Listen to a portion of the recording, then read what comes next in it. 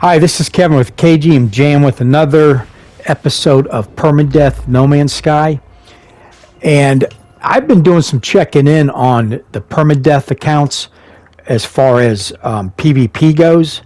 And let me tell you something, I found out some pretty cool stuff. One, only another person on Permadeath can PvP you, okay?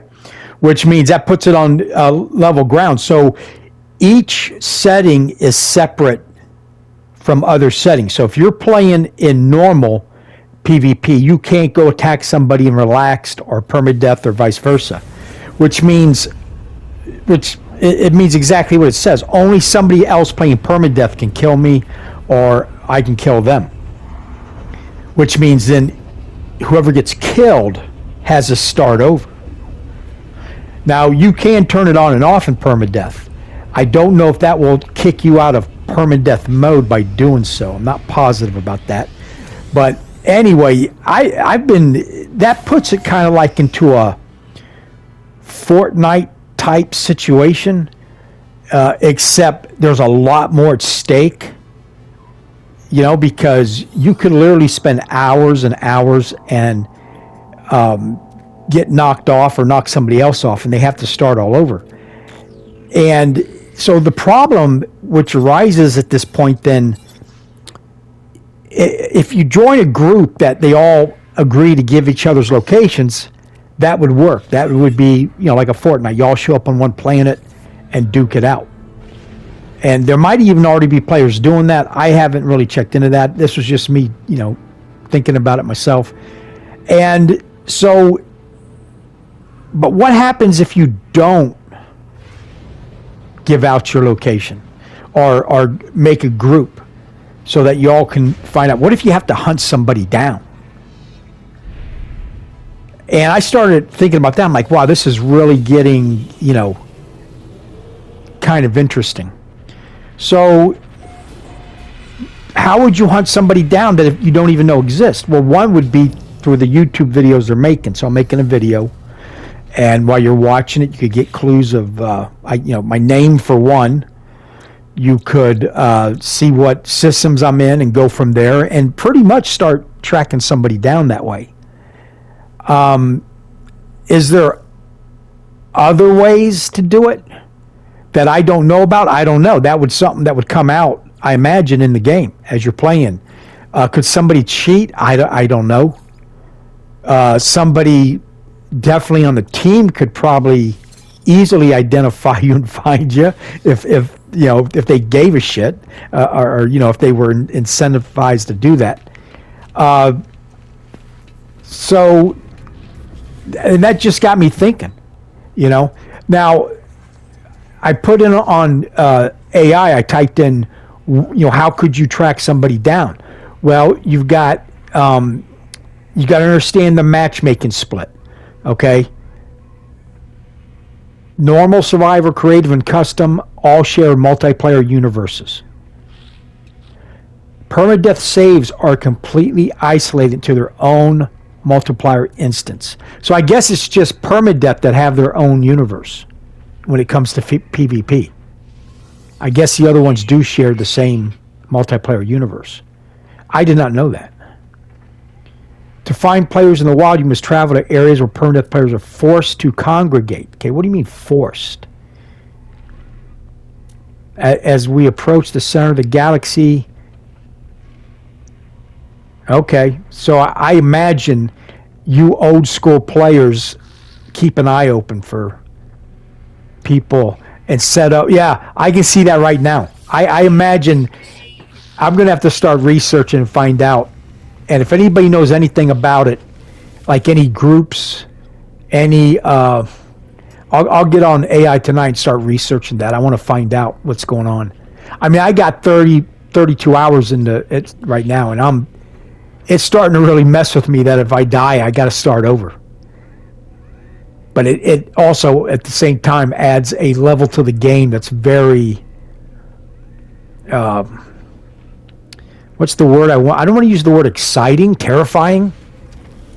Maybe maybe exciting / terrifying, because you could, it's exciting, but at the same time, you might lose everything, which is exactly what, permadeath is. So you'd have to be careful, I know, going to the space anomaly. Now, here's what I'm not sure of. I don't know, how do you identify somebody without walking up to them? You can track their HUD icons.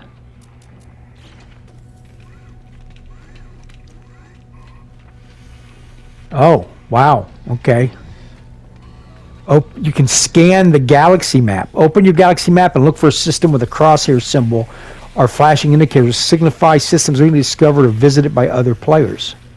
Okay, track HUD icons. When you enter a star system where another player is active, a custom player icon maker will appear on your screen. You can highlight this marker to pin their exact location and track them down to their planet. Okay. And then, of course, the multiplayer join. If you know the player's username or have them on your platform's friends list, you can select Join Game from the main menu. This automatically warps your character directly into their active star system. That kind of takes the hunting out of it, I guess. Even if you find a player hunt, only succeed if they have left their allow PvP on. If they talk to no one, your weapons will pass right through them without dealing any damage. Now, I could turn it off, and I guess you could just say, oh, you hit me, I'm dead.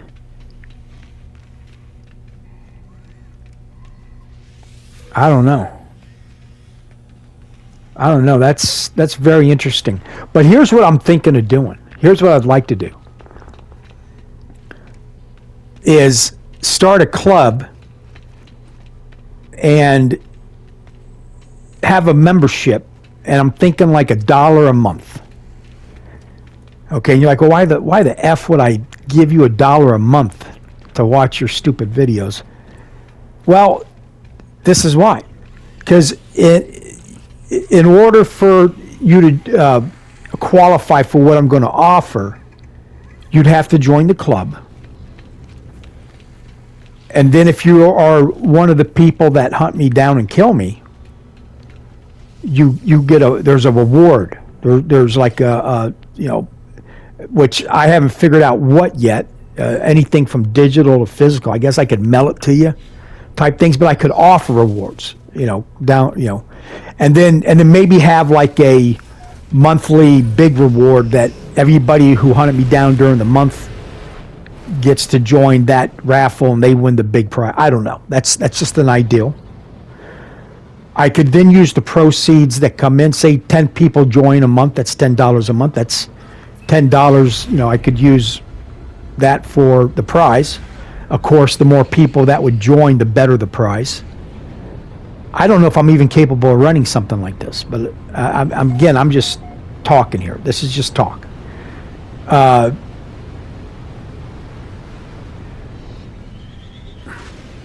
And then through shorts, I could make clues.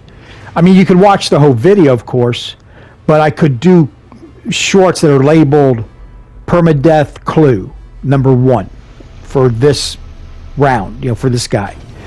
And by hiding, now I'd have to have some rules. I'd have to make it where I couldn't change my name, which I don't think you can. That I think is permanent, but I know you can change your looks, but I don't think I'd allow to change well, I guess I could change my looks. If my name can't change, the HUD would still pop up my name. I mean, of course, it'd be, as it went on, it would be you'd get all the bugs out and stuff. And it seems like Hello Games has already thought in that process by having installed the Permadeath, by isolating the Permadeath system to its own self, its own closed system. Like I said, I wasn't aware. I thought PvP was anybody, anything, but it makes sense. Because then otherwise people who can live forever could just hunt you down and kill you all the time. And also, you got to remember, if you kill somebody in permadeath, you've just now made an enemy. Because they're, I don't mean enemy like true enemy, but, okay, now I got your name, I'm going to hunt you down. And get you when you least expect, because that new player, you won't know who it is. You know who the old guy was who knocked you out, but he makes a new guy up with a different name, and he's looking for you. So now, you're looking over your back. And if you go around knocking out a ton of players, you got a lot of people looking for your ass. And you might have, what if you're one of the old school guys that 800 hours, 8,000 hours, however many hours you get in. So I don't know. It's exciting. It's fun. I've got my PvP off. And right now I don't have the club thing going. If you want to hunt me down and at the very least say hi, that's cool. And then tell me how you did it. And if you kill me, I'll start over. Because, well, I'd have to. So I guess I wouldn't have a choice at that point. I can't turn off the PvP, but I'll go play another mode if I don't want to die. You know what I'm saying? I'll go play normal mode, or I'll make another thing where it's hard as hell, even harder. Because I've looked at the PvP or the permadeath settings, and they are not as the hardest you can get it. There's actually it's a custom setting. Permadeath is the hardest pre-made. Oh, look at this! I almost died here, flying into a pole trying to land on this damn outpost. Look at that.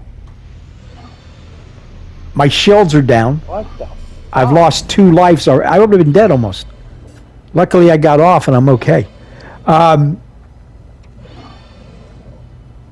Like my video I made the last one I made, I'm talking about the glitches killing you. You got to be careful how you make your base, and oh my God, you could set traps for other players.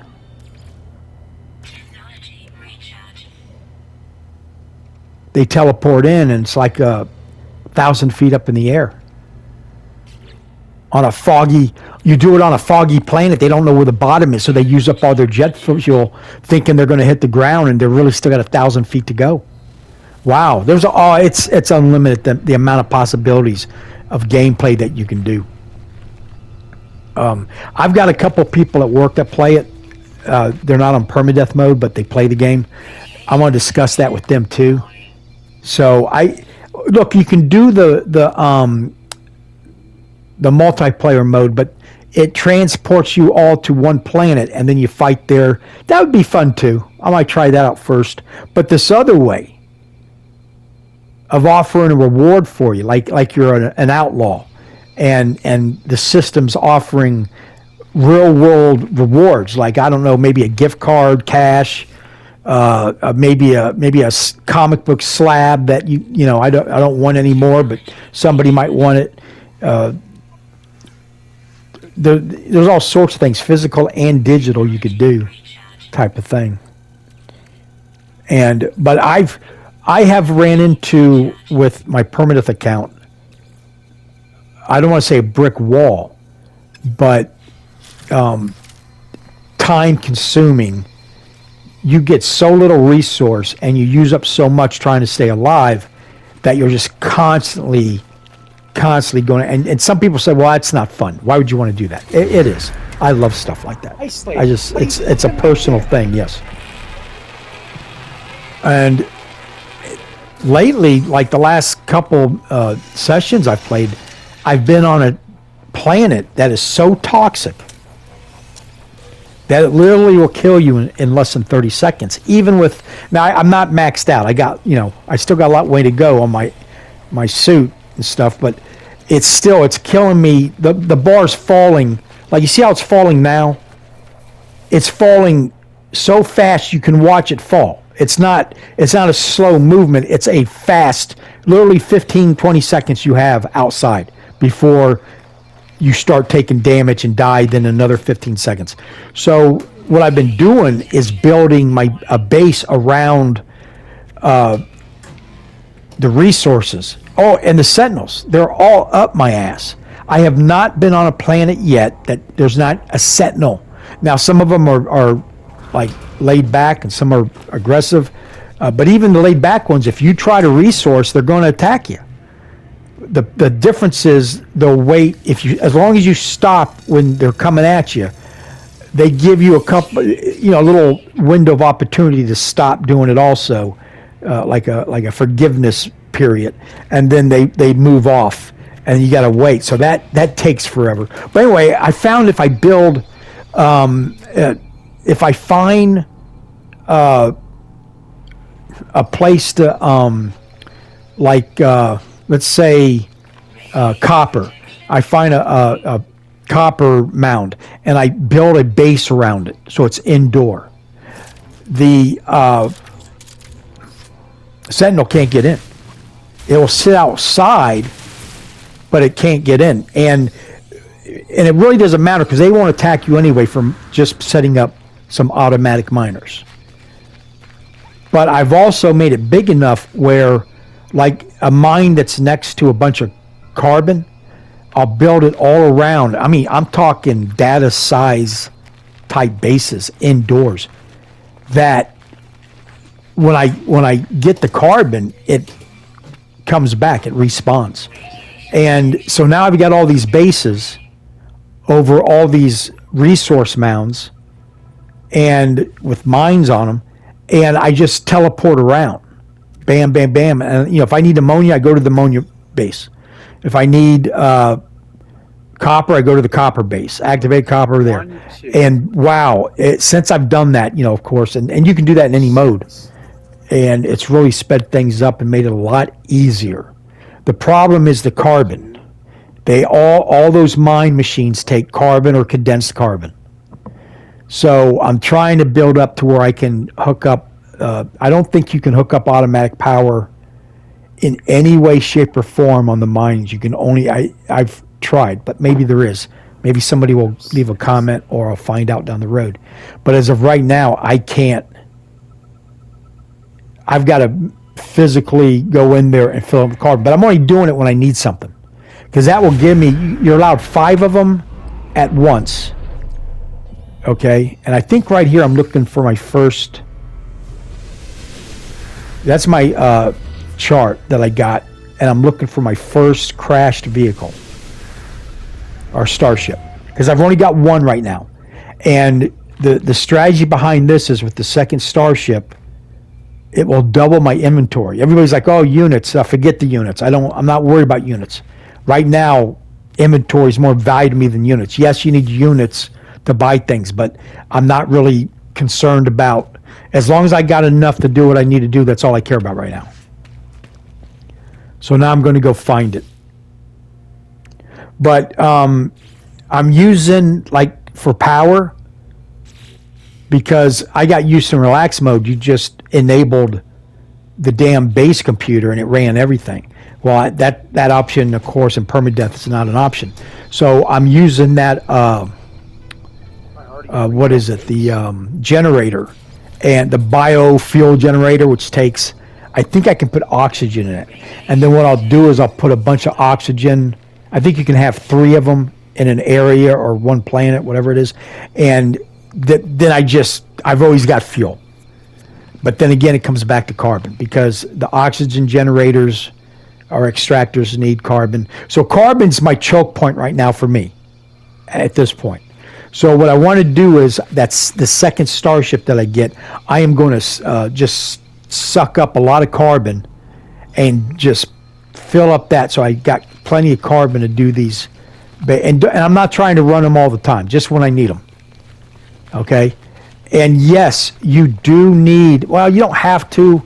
You can make a quick flip on a free starship and make some decent units.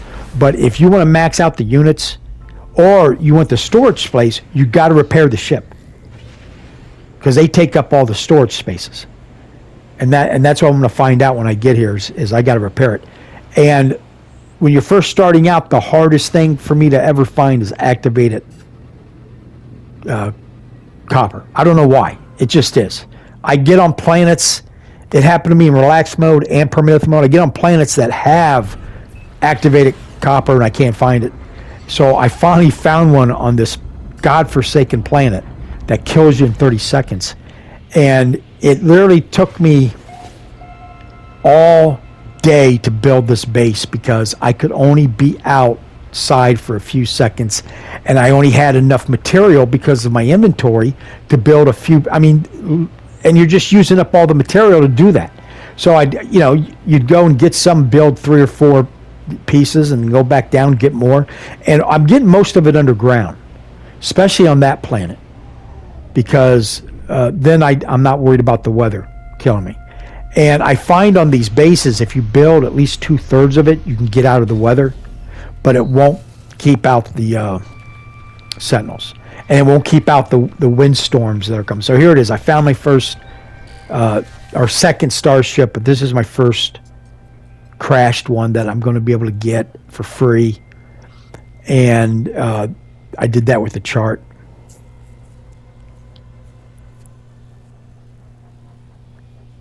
Playing relaxed mode was the absolute way to learn how to play the game,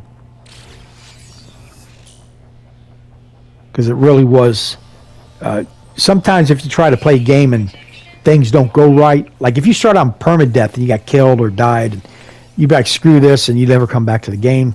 Relaxed mode, you get in deep enough where you understand it, you're hooked. And I recommend relaxed mode just to start out, even free mode, just something where you can learn the game and then go do a harder type mode.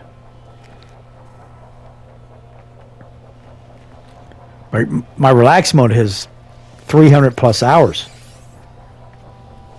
I kind of got carried away on it. I should have stopped playing it 200 hours ago. And this is another problem I'm having, is the distance. I just find a fucking... Even though I've got installed that teleporter, that did help a little bit, but not very much. And there's my nanites. All those molds turn into manites, or nanites.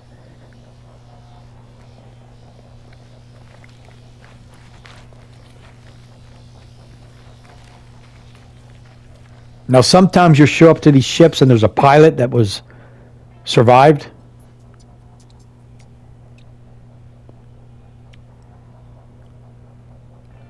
And then you got to just take care of him, or buy it off of him, or I don't know if you can kill him. I didn't get that devious yet, even though I would like his ship.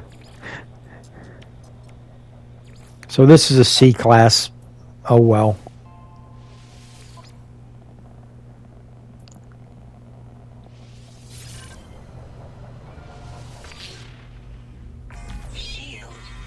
And now I'm just starting to repair the process of it. And I have no I have no resources to do it. But I need those storage units, so I'm going to spend the next probably 5 hours doing it.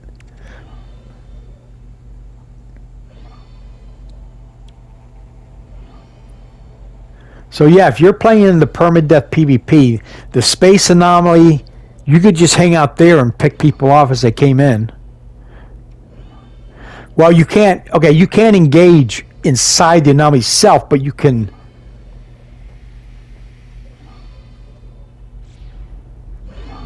And yeah, track them down to their base through the anomaly. So see, that's once they find one of your bases. Like if they found one of my farms, they could just hang out there and eventually ambush you.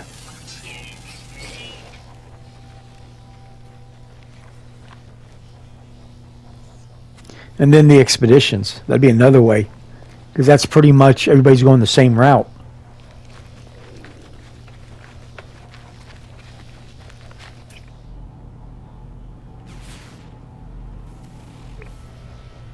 I didn't know that about the HUD icon. It says here, I read this earlier, when you enter a star system where another player is active, a custom player icon marker will appear on your screen. You can highlight this marker to pin their exact location and track them down to their planet. Okay. But you'd have to find the star system. And there's only a quintillion star systems. Now, with that said, I must have spawned in a area that other people that a lot of other people spawned in, because a lot of the planets I'm landing on, the systems have already been named.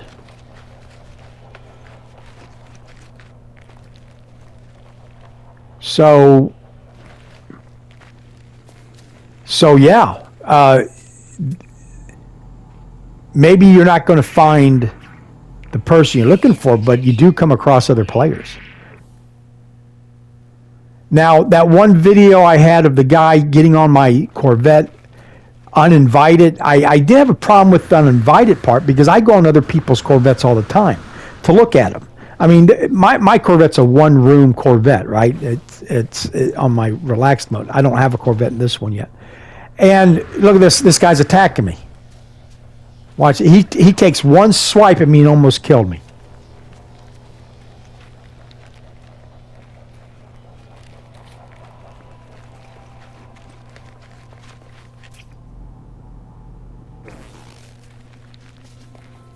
Or no, he hasn't even swiped me yet.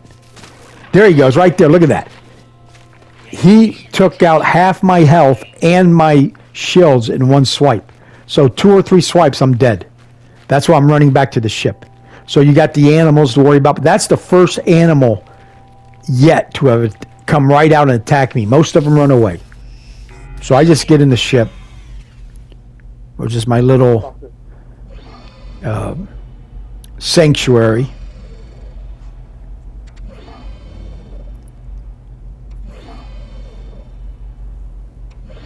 But this guy, he was on my ship, right? He got on, and I couldn't figure out a way to communicate with him.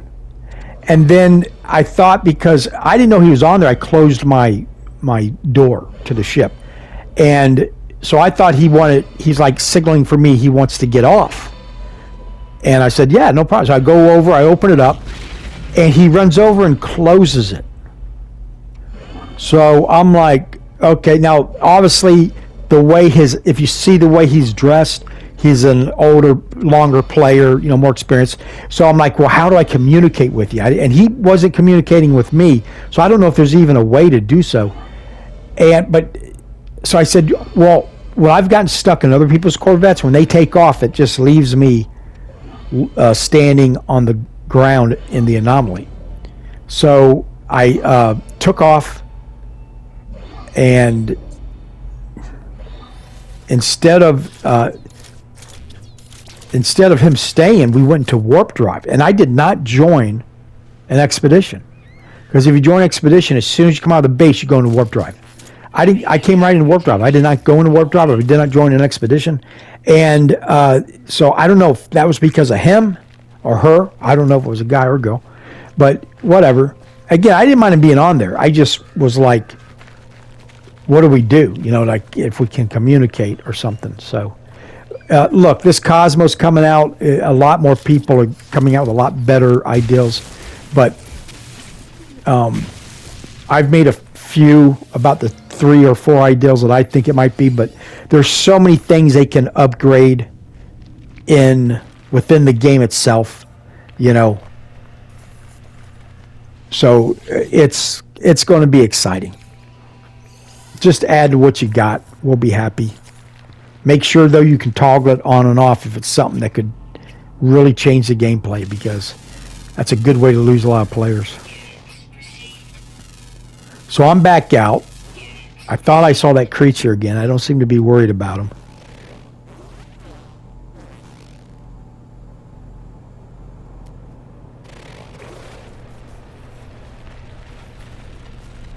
Or no, that's a different creature. That's why. So this is before I figured out to build a base around it, which a lot of players are probably doing. And once you do that, though, you can do this in peace. Even if there's a Sentinel out there, if you put the walls just far enough out away from the where you're at, where you're working at, it won't trigger. At least not yet. It won't trigger the Sentinels. So they'll be outside. Like you see that little symbol right there? When they get in range that they might notice you, that pops up. And see how close it is? So make your base kind of big around there, like a small warehouse. And make it high, like 3-4 stories high. And that way, they can't get close enough to sense what you're doing. And you can just have a field day. You can do whatever you want inside that private little warehouse, You can get freaky or whatever. It don't matter. He ain't going to notice.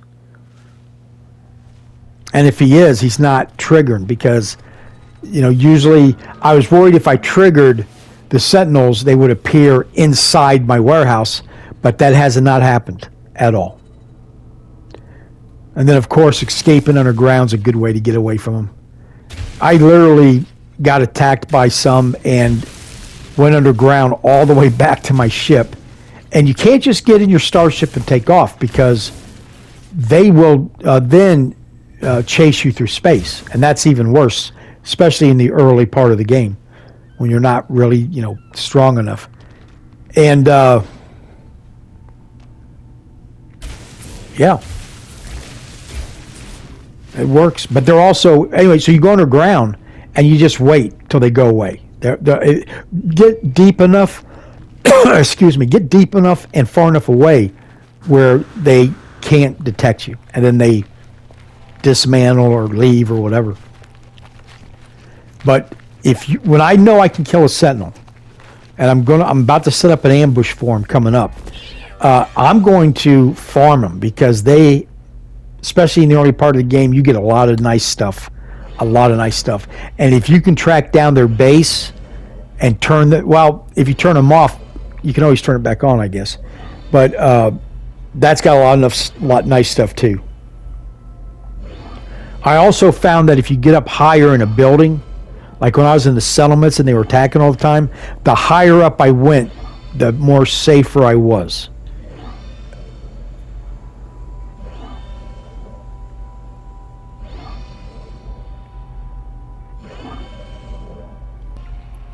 So there I'm just waiting to recharge.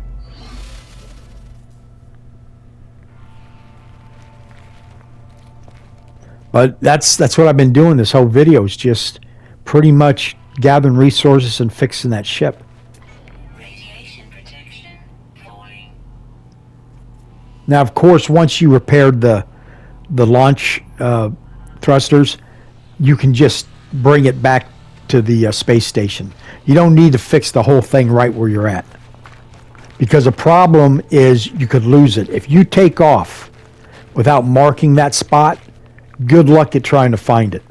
If you can't summon it. If it's, if you haven't repaired it. But as long as you got the thrusters, and you better have them at 100%. Better have them at 100%.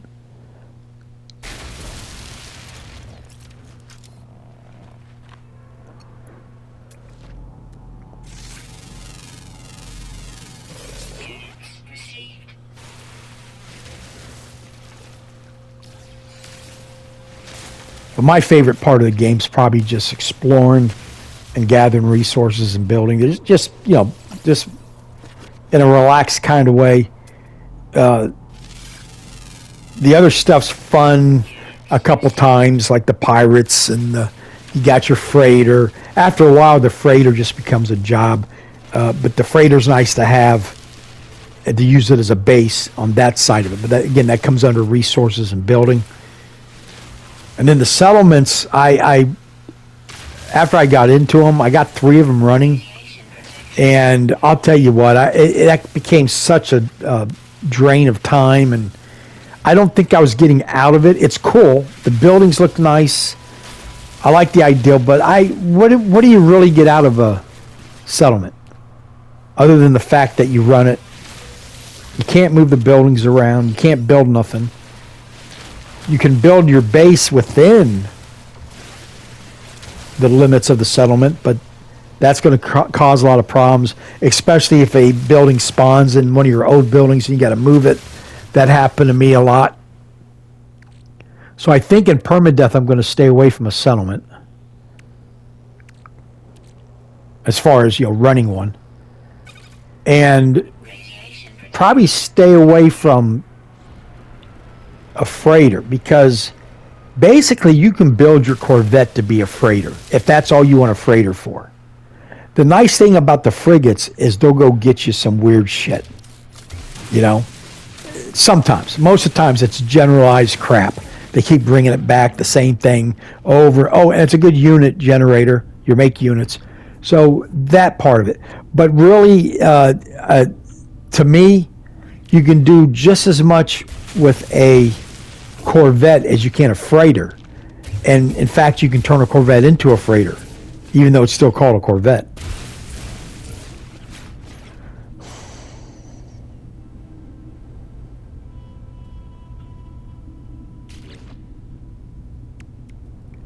I mean, look at my inventory slots. I don't have any. I got 4.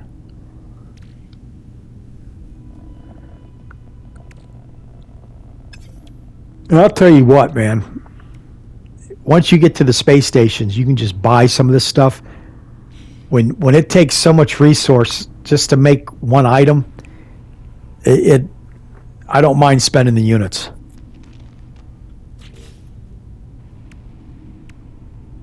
And of course, anything you do underground is going to respawn back. So don't waste your time making something nice underground. Now, if it's already a cavern, you can build something and it will stay. But if you don't, now if building on the land, even if it wasn't there before, it could spawn something growing. So you want to get it up as high as you can. And even then, if it's a tall tree, you might end up in your structure.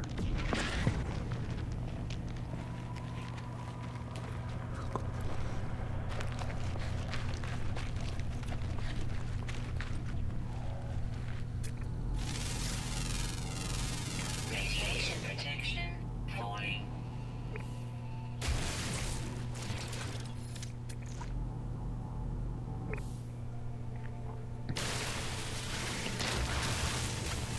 Well, this game's come a long way since 2016.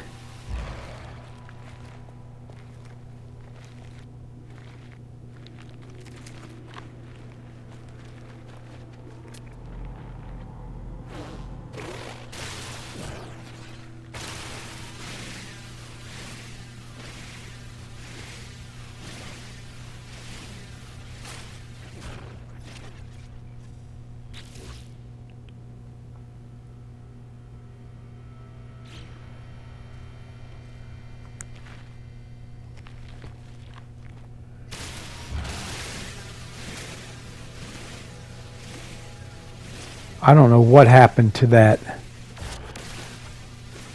I looked up something. I can't find it, but it had some good information. I'll just look it up again.